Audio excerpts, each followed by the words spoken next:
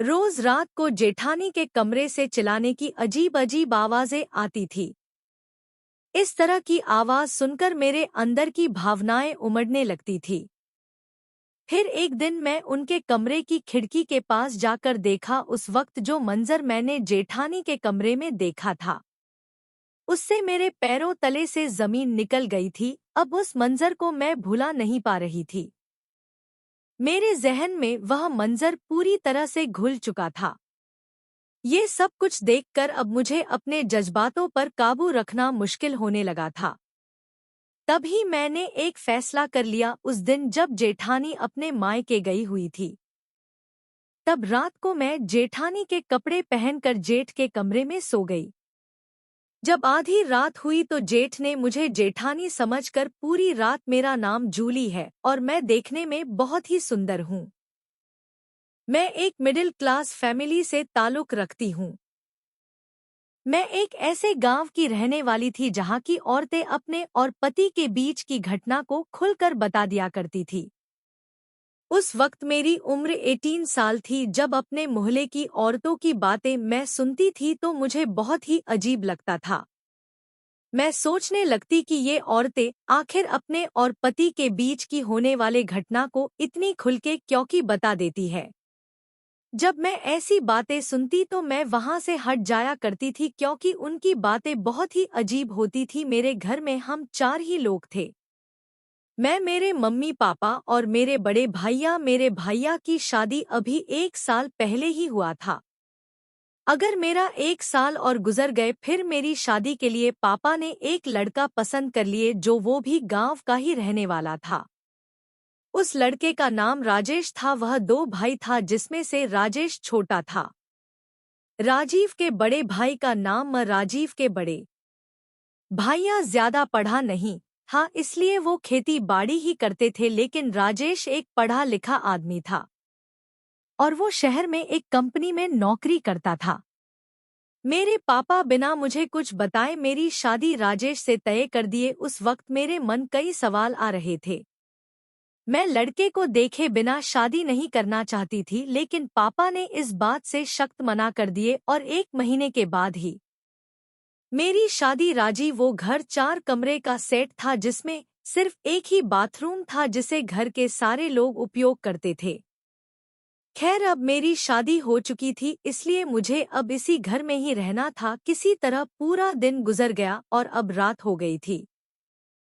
आज मेरी शापति को देखा था, जिसे देखकर मैं एकदम से सदमे में चली गई। वह देखने में कोई खास नहीं था और शरीर से भी पतला दुबला था। वह देखने में ही काफी कमजोर लग रहा था। ये सब देखकर मैं बिल्कुल हैरान थी। फिर मैं सोचने लगी कि हो सकता है जूली तुम बहुत ही प्यारी हो, तुम जैसी पत्नी पाना मेरी ख्वाहिश थी, जो आज पूरा हो गया है। राजीव दूध का गिलास मुझे देते हुए कहा कि इसे पी लो। मैंने कहा, मैं आपकी पत्नी हूँ और पहले मैं कैसे पी सकती हूँ, इसलिए पहले आप पी। रवैया बहुत ही अच्छा लगा था। फिर राजीव ने मेरा हाथ पकड़कर मुझे अपने बाहों में कस लिया। मैं अभी जैसे ही तैयार हुई थी, वैसे ही राजीव मुझसे दूर हट गए और फिर करवट बदल कर सो गए। उसका यह रवैया देखकर मुझे बहुत अजीब लगा। भला आज हमारी शादी की पहली रात थी, जिसे मैं यादगार बनाना चाहती थी, लेकिन वो सारे सपने पल भर में टूटकर बिखर गए थे। कुछ देर बाद मैंने देखा कि वह गहरी नींद में सो गया है। उस वक्त तो मैं अपने आप को शांत किया, लेकिन फिर भी बिस्तर पर करवट बदलती रही। ना जाने रात का वह कौन सा पहर था जब मेरी आंख लग गई और मैं गहरी नींद में सो गई। जब मेरी आंख खुली तो देखा कि सुबह हो गए थे। मैं उठकर अपने कमरे से बाहर चली गई तो मैंने देखा कि मेरी जेठानी बर्तन धो रही थी। मैं बाथरूम थी।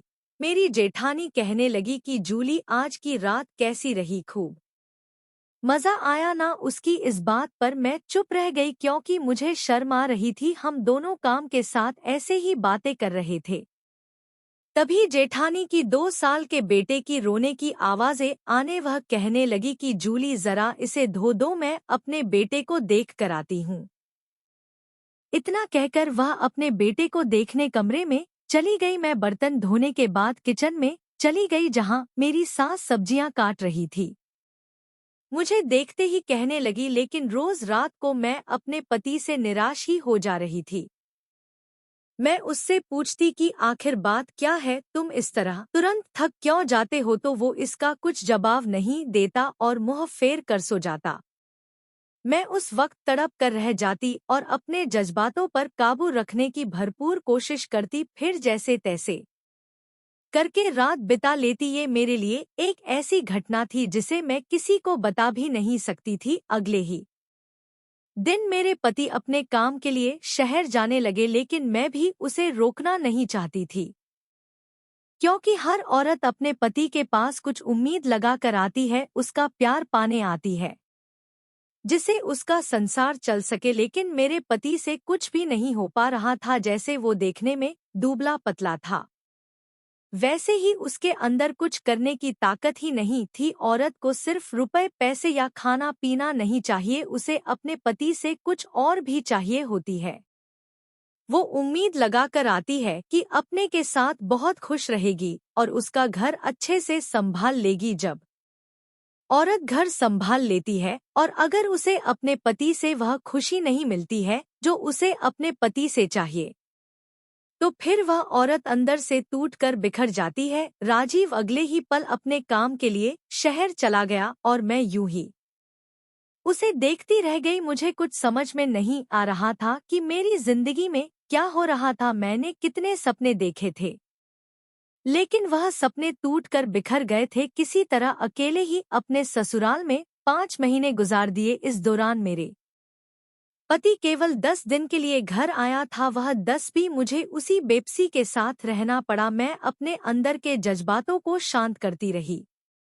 फिर वो वापस शहर चला गया। वह मुझे पूरी तरह से नजर भी नहीं मिला पा रहा था, क्योंकि उसे अपने ऊपर शर्मिंदगी महसूस हो रही थी। एक दिन मैंने अपने सास से कहा कि मैं अपने मायके जाना चाहती हूँ। सास ने मुझे मायके जाने के लिए इजाजत दे दी। अगले ही दिन मैं मायके जाने के लिए जिन मायके लिए आपके पास लेती थी। यह बच्चा कुछ था जहां पर नहीं करती तो नहीं करेंगे। जिस अंदाज में उस घटना को बताती, उससे मेरे तन बदन में एक अजीब सी सिहरन पैदा हो जाती थी। मैं भी यह सोचने लगती कि काश मेरा पति भी मुझे से इस कदर प्यार करता, लेकिन वो तो 2 मिनट में ही थक जाता है। अब मैं पूरी तरह से जवान हो चुकी थी और मुझे अब उन औरतों की बातें मेरे जहन में घूमने लगी थी। धीरे धीरे मुझे उन सब की बातों में दिलचस्पी बढ़ने लगी थी। मैं भी अपने पति के साथ जी भर के प्यार करना चाहती थी, लेकिन मन मसोस करके रह जाती थी। मायके में रहते हुए 1 महीना गुजर गया था और अब उन सारे औरतें की बातें मेरे जहन में पूरी तरह उतर चुकी थी। एक दिन अचानक मेरे जेठ मुझे अपने घर ले जाने के लिए आ गए। तभी माँ और पापा खुशी खुशी मुझे उनके साथ विदा कर दिया। फिर से मैं अपने ससुराल आ गई थी, लेकिन मेरे पति अभी तक शहर में ही था। मैं उसी उदासी के साथ फिर से उस घर में लगी थी। गर्मी का महीना चल रहा था और इतनी गर्मी में भी जेठ अपने पत्नी के साथ कमरे में ही सोते थे। एक दिन रात के करीब 1 बजे मैं बाथरूम जाने के लिए उठी। जैसे ही मैं अपने जेठ के कमरे के पास पहुंची तो मुझे जेठानी की अजीब सी आवाजें सुनाई देने लगी। मैं समझ नहीं पा रही थी कि इतनी रात को जेठानी जी इस तरह से क्यों चिल्ला रही है। तभी मैं उनके कमरे की खिड़की के पास जाकर अंदर देखने लगी। उस वक्त कमरे में हल्की रोशनी वाली बल्ब जल रही थी और पंखा भी रेंग रहा था। गर्मी के कारण खिड़की खोल दिए थे। उस वक्त कमरे का जो मंजर मैंने देखा, उससे मेरे अंदर जज्बातों की एक लहर दौड़ने लगी थी। मुझे लगने लगा था कि काश मुझे भी मेरे पति से ऐसा सुख मिल पाता। मैं अंदर से डरी हुई भी थी कि कहीं मुझे इस तरह से झांकते हुए कोई देख न ले। तभी मैं वहां से बाथरूम चली गई और वापस आकर अपने कमरे में लेट गई। उस वक्त नींद मेरी आंखों से कोसों दूर था। मैं अपने बिस्तर पर करवटें बदल रही थी और अपने आप को कोसे जा रही थी। धीरे धीरे इसी तरह मेरी शादी को 1 साल हो गए, लेकिन अभी तक मैं वह सुख से वंचित थी। एक रात वापस से वही मंजर मुझे देखने को मिला। आधी रात को जब मैं गर्मी की वजह से बाहर निकली तो मुझे फिर से वही आवाजें सुनाई देने लगी। मैं वापस उसी खिड़की के पास जाकर खड़ा हो गई और अंदर का नजारा देखने लगी, जिसे देखकर मेरे अंदर के जज्बात भड़कने लगी। जब सुबह हुई तो मैंने देखा कि जेठानी लंगड़ा कर चल रही है। फिर मैंने पूछा कि जेठानी जी, क्या बात है, आपकी तबीयत ठीक नहीं है क्या? वह कहने लगी कि हाँ ठीक है, बस थोड़ा सा कमर में दर्द है, दवा लूंगी तो ठीक हो जाएगा। मैंने मजाक में ही कह दिया कि लगता है